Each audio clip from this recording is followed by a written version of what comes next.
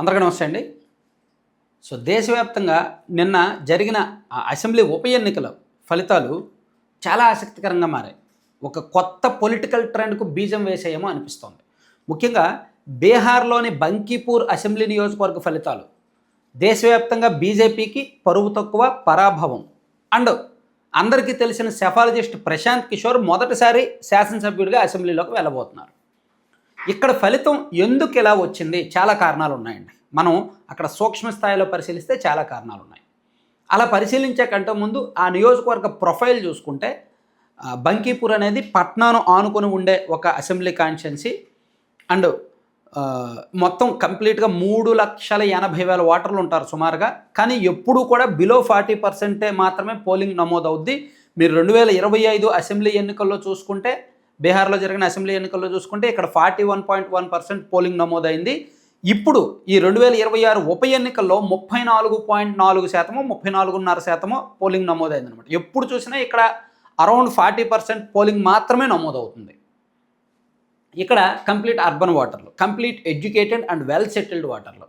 And SC ST population చాలా తక్కువ, బాగా తక్కువ. ఎస్సీ ఓటర్లు అరౌండ్ ఒక 7 to 8% ఉంటే ఎస్టీలు 1%, 0.5% కూడా లేరు. సో మొత్తం అంటే ఓవరాల్గా ఇక్కడ ఉన్న పాపులేషన్లో చదువుకున్న వాళ్ళు, విద్యావంతులు, బాగా అంటే అన్ని రంగాల్లో, అనేక రంగాల్లో స్థిరపడిన వాళ్ళే ఎక్కువ ఉన్నారు. సో వాళ్ళలో రాజకీయ చైతన్యం కూడా బాగానే ఉంటుంది. మరి ఓటింగ్కి అయితే ఇంట్రెస్ట్ చూపించరు, కానీ ఎన్నికల ఫలితాల్లో మాత్రం మొదటి నుంచి బీజేపీకి ఇక్కడ 1995 నుంచి 2025 వరకు ఎప్పుడూ బీజేపీ ఓడిపోలే. అండ్ గెలిచిన ప్రతిసారి మంచి మెజారిటీలే. ఇప్పుడు 2025 అసెంబ్లీ ఎన్నికల్లో నితిన్ నబీన్ గారు ఇక్కడ నుంచే దాదాపుగా 60,000 మెజారిటీతో గెలిచినట్టున్నారు. అండ్ ఇదే ఎన్నికలో 2020, 2015లో చూసుకుంటే అరౌండ్ 39,000 మెజారిటీతో గెలిచారు. అంటే బీజేపీ అభ్యర్థులు మంచి మెజారిటీలతో గెలిచిన స్థానం ఇది. అటువంటి చోట ప్రశాంత్ కిషోర్ 19,000 పైచిలకు మెజారిటీతో గెలిచారు. కారణం ఏమిటి? సో చాలా కారణాలు ఉన్నాయి. అందులో ఫస్ట్ రీజను, కరెక్ట్గా ఈ ఎన్నికలు పోలింగ్ జరుగుతున్నప్పుడే దేశవ్యాప్తంగా ఉన్న వేడివేడి పొలిటికల్ ట్రెండింగ్ సబ్జెక్ట్ ఏంటంటే ఢిల్లీలో జంతర్ మంతర్ దగ్గర సీజేపీ ధర్నా. నీట్ పేపర్ లీకేజీకి వ్యతిరేకంగా ఢిల్లీలో జంతర్ మంతర్ దగ్గర సీజేపీ అండ్ దేశవ్యాప్తంగా యువత కూడా బీజేపీకి వ్యతిరేకంగా రోడ్డెక్కారు. ఆ ప్రభావం ఈ ఉప ఎన్నికల మీద పడింది. అది ఖచ్చితంగా ఫస్ట్ రీజన్. అంటే దేశవ్యాప్తంగా బీజేపీ ఆత్మరక్షణలోకి వెళ్ళింది, కేంద్ర ప్రభుత్వం ఆత్మరక్షణలోకి వెళ్ళింది. బీజేపీ పెద్దలు ఈ అసెంబ్లీ ఎన్నిక మీద, ఉప ఎన్నిక మీద దృష్టి పెట్టలేకపోయారు. అది ఫస్ట్ రీజన్. ఇక రెండోది, బీజేపీ అభ్యర్థిని చివరి నిమిషంలో మార్చారు, అప్పటికప్పుడు మార్చారనమాట. సో మొదట ప్రకటించిన అభ్యర్థిని కాదని చివరి నిమిషంలో మరో అభ్యర్థిని మార్చడం వలన పార్టీలోనే కొంతమంది క్యాడర్ తీవ్రంగా వ్యతిరేకించారు. అది చాలామందికి నచ్చలేదు. అది మరో కారణం అనుకోవచ్చు. ఇక మూడోది, ప్రశాంత్ కిషోర్ వ్యక్తిగత ఇమేజ్. జన్ స్వరాజ్ పార్టీ స్థాపించిన తర్వాత ప్రశాంత్ కిషోర్ బీహార్ రాష్ట్ర వ్యాప్తంగా పాదయాత్ర చేశారు. పొలిటికల్గా ఒక ఇమేజ్ ఏర్పాటు చేసుకున్నారు. కానీ 2025లో జరిగిన అసెంబ్లీ ఎన్నికల్లో ఆయన ప్రయోగాత్మకంగా చూశారు, తన అభ్యర్థులు నిలబెట్టి చూశారు, పెద్దగా ఇంపాక్ట్ చూపించలేదు, ఎవ్వరూ గెలవలేదు. సో ఈసారి తనే నేరుగా రంగంలోకి దిగారు. సో తన రంగంలోకి దిగి ఈ సోషల్ మీడియాని ఎక్కువగా డిజిటల్ క్యాంపెయినింగ్ మీద, సోషల్ మీడియా క్యాంపెయినింగ్ మీద అండ్ యూత్ క్యాంపెయినింగ్ మీద ఫోకస్ పెట్టారు. అంటే తను స్టడీ చేసినప్పుడు ఎలా ఉంటుందంటే, పోలింగ్ బూత్ వైజ్ అనలైజ్ చేస్తారు. పోలింగ్ బూత్ వైజ్ గడిచిన 5 ఎన్నికల్లో ఏ పార్టీకి ఎన్ని ఓట్లు పడ్డాయి, ఏ గ్రూపుల వాళ్ళు ఓట్లు వేశారు అనేది ఆయన ఫస్ట్ అనలైజ్ చేసుకుంటారు. అలా అనలైజ్ చేసుకొని ఒక డేటా, పొలిటికల్ డేటా తన దగ్గర పెట్టుకుంటారు. ఆ డేటా ఆధారంగానే ఆయన ఫోకస్ పెడతారు. ఆయన ప్రచారం కూడా దాని ఆధారంగానే జరుగుద్ది. ఏ పోలింగ్ బూత్లో ఎన్ని ఓట్లు పోలవుతాయి అనేది ముందుగానే ఎస్టిమేట్ చేసి, ఆ పోలింగ్ అయిన వాటిల్లో తనకు అనుకూలంగా ఎన్ని వస్తాయి, ఎన్ని రావాలి, దాని టార్గెట్ ఏంటి, అలా మార్చాలంటే ఏం చేయాలి అనేది booth wise calculations and booth wise data ముందుగానే ప్రిపేర్ చేసుకొని, లక్ష్యాలు సిద్ధం చేసుకొని ప్రశాంత్ కిషోర్ చాలా స్ట్రాటజీగా, చాలా వ్యూహాత్మకంగా ఇందులో బరిలోకి దిగారు, గెలిచారు అని చెప్పుకోవచ్చు. అలాగే మనం ఇందాక చెప్పుకున్నాం కదా, యువ ఓటర్లు ఈ ప్రాంతంలో ఎడ్యుకేటెడ్ అండ్ సెటిలర్స్ ఓట్లు ఎక్కువ కాబట్టి, సెటిలర్స్ మీన్స్ అక్కడ వెల్ సెటిల్డ్ ఆ బ్యాచ్ ఎక్కువ.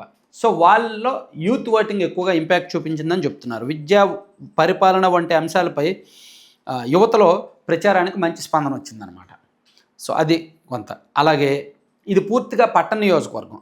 అభివృద్ధి, మౌలిక వసతులు, స్థానిక సమస్యల మీద ఈ కొన్ని నెలలుగా ఇక్కడ ఎన్డీఏ అధికారంలోకి వచ్చిన తర్వాత నితీష్ కుమార్ ముఖ్యమంత్రిగా మారడం, ఆయన కేంద్రానికి వెళ్ళడం, ఇక్కడ బీజేపీ వాళ్ళకి సీఎం కుర్చీ ఇవ్వడం, ఇదంతా కూడా ఈ ప్రాంతంలో ఓటర్లకు నచ్చలేదు, రాజకీయ మార్పులు నచ్చలేదు.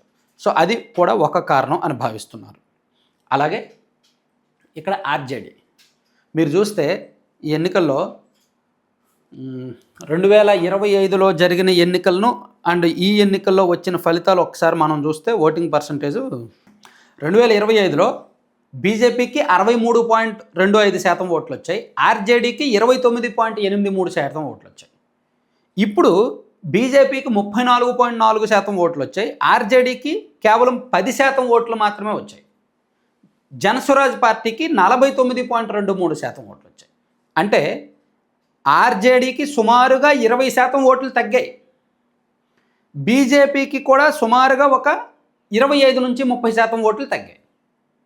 అలా తగ్గిన ఓట్లు జనస్వరాజ్ పార్టీకి వచ్చాయి.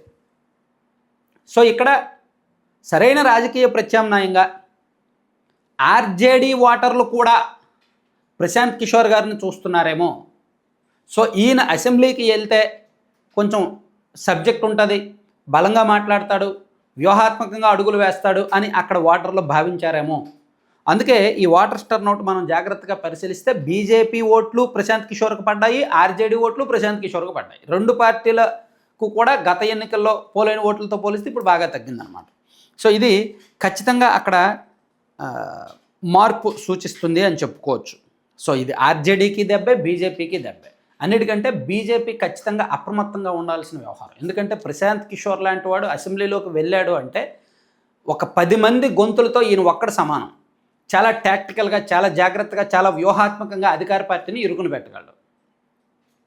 సో అందుకే దీని మీద ఈ ఓటమి మీద బీజేపీ కూడా రివ్యూ చేసుకుంటుంది. దీనిలో కాంగ్రెస్ పాత్ర ఏమీ లేదు. ఏదో కాంగ్రెస్ వాళ్ళు ఆర్జేడీని ఏది జనస్వరాజ్ పార్టీని అనకుండా గెలిపించారనడానికి లేదు. ఇక్కడ కాంగ్రెస్ పార్టీకి అంత సీన్ లేదు. మొదటి నుంచి కాంగ్రెస్ పార్టీకి ఎన్నికల పునాదులు లేవు, అండ్ వేరే పార్టీలు ప్రమేయం కూడా లేదు. అండ్ బీజేపీకి కొంతవరకు జేడీయూ ఓట్లు బదిలీ అవ్వలేదేమో అనే డౌట్ కూడా ఉంది.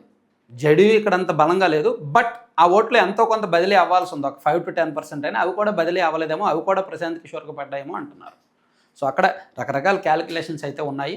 ఒకటి మాత్రం నిజం, బీహార్ అసెంబ్లీలో మనం ఇప్పుడు సరికొత్త వాయిస్ వినబోతున్నాము. ప్రశాంత్ ఇన్నాళ్ళు కేవలం ఎమ్మెల్యేలను గెలిపించడానికి, ముఖ్యమంత్రులను గెలిపించడానికి పనిచేసిన ప్రశాంత్ కిషోర్ మొదటిసారి ఒక రాజకీయ నాయకుడిగా, ఒక శాసనసభ్యుడిగా అసెంబ్లీలోకి అడుగు పెడుతున్నాడు అంటే ఖచ్చితంగా అతను ఏం చేస్తాడు, ఎటువంటి మార్పు తీసుకొస్తాడనే ఇంట్రెస్ట్ చాలామందిలో ఉంటుంది.